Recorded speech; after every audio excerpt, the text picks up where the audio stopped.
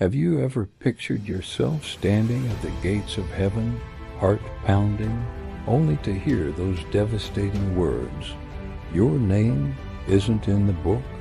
It's a nightmare scenario that could become reality for millions who think they're safe.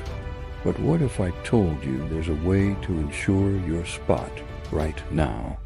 Stick with me, because today we're diving deep into how to be in Christ and why it could change everything for you.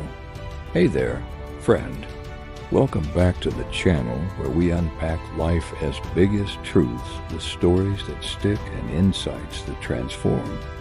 If you're new here, I'm thrilled you're joining us. Today we're talking about something profound, how to be in Christ. It's not just a phrase, it's a total life reset. Imagine shedding your old baggage like a snake sheds its skin, stepping into a fresh start where your past doesn't haunt you anymore. That's the power we're exploring. We'll break it down step by step with real warnings and encouragement, straight from a place of deep concern. By the end, you'll have the tools to make sure you're truly in Him. Let's get into it. First off, let's paint a picture of what it really means to be in Christ. Think about your closest relationships, maybe with a spouse, a best friend, or a family member. Over time, those bonds can get messy, right? Quarrels build up, mistakes pile on, and sometimes curses, literal or figurative, linger like shadows. That's the old way, the one marked by sin and brokenness.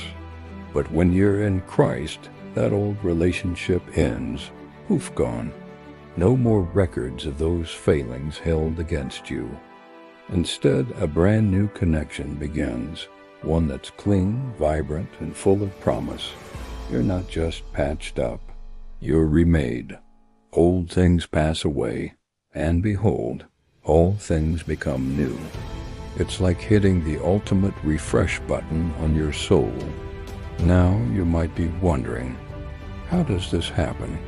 How do I give in on this? Well, to be in Christ takes 3 steps, and it all starts with receiving Him by believing. Let's unpack that first step carefully, because it's the foundation. Receiving Him means opening your heart to who Christ is and what He accomplished on the cross for every single person, including you. He died, was buried, and rose again. That act wasn't just historical. It was the bridge back to God. This is reconciliation at its core, mending the rift between you and your Creator. Without it, you're still stuck in the old mess. But when you believe in that sacrifice, that resurrection power, you're inviting Him in. It's not about earning it. It's about accepting the gift. But belief isn't just a head nod, it's deeper. Step 2 ties right in. You believe in your heart that God raised Him from the dead. This isn't surface-level agreement. It's a conviction that settles in your core, reshaping how you see righteousness. Your heart aligns with this truth, and suddenly you're not defined by your failures anymore. You're positioned for something eternal. And then comes step 3. You confess with your mouth that Jesus is Lord. Speak it out, declare it. This confession seals the deal, making your salvation public and real. It's like signing your name on a life-changing contract. Together, these steps, receiving by believing, heartfelt faith in the resurrection, and bold confession, unlock the door. You're reconciled, you're in Christ, and everything changes. Pause for a second and let that sink in. Have you done this? Really?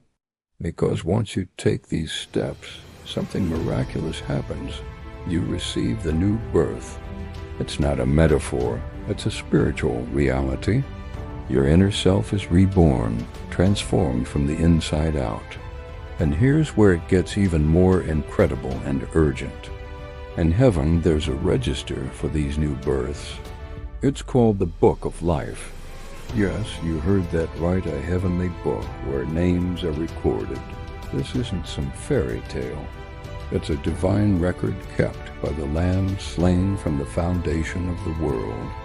Imagine a massive eternal ledger glowing with the names of those who've truly entered this new life. Your name gets written there the moment you receive Him through belief and confession. It's your passport to eternity. But wait for it, here's the sobering part. Not everyone's name makes it in.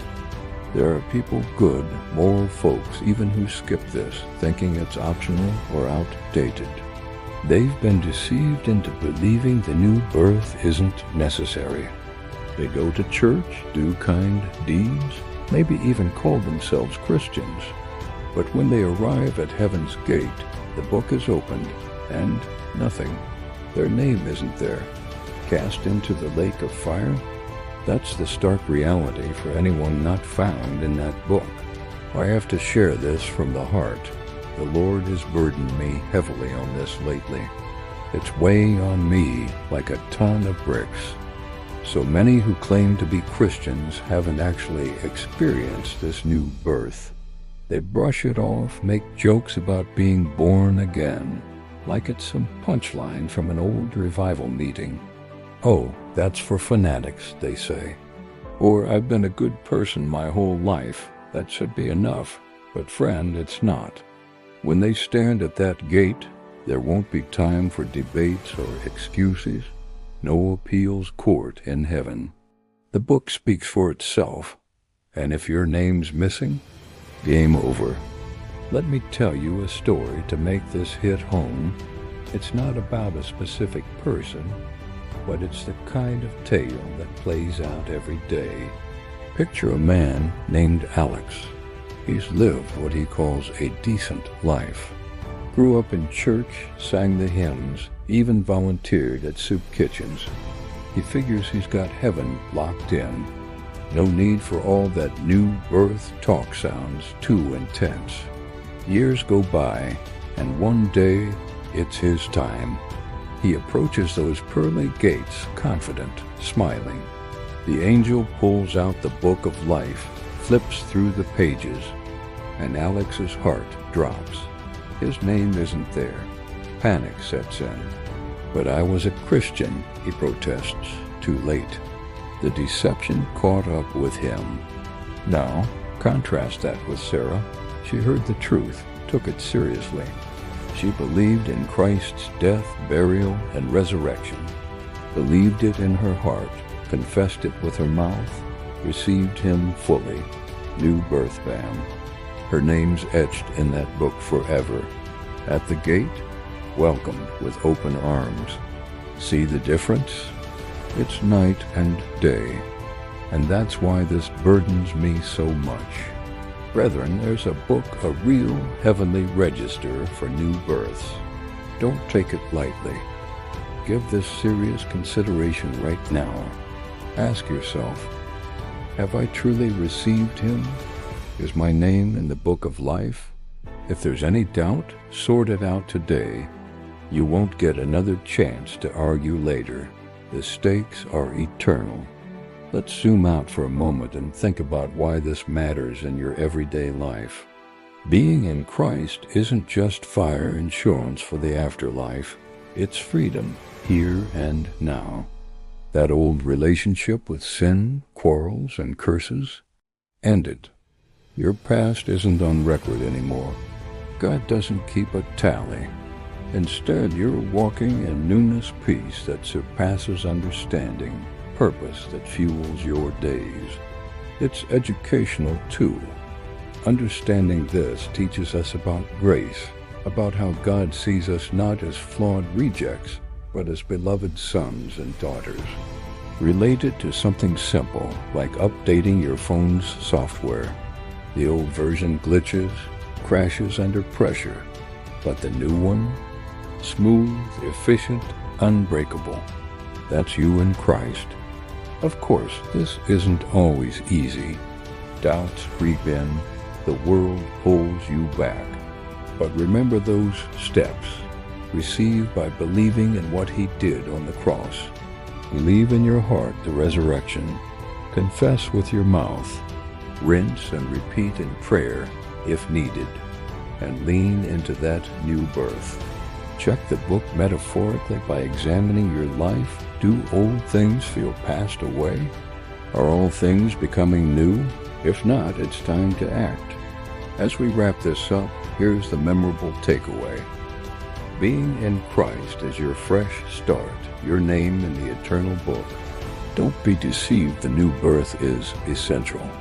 Many claim the title without the transformation, and it leads to tragedy. But you can choose differently today. Receive him, believe, confess, and step into the new.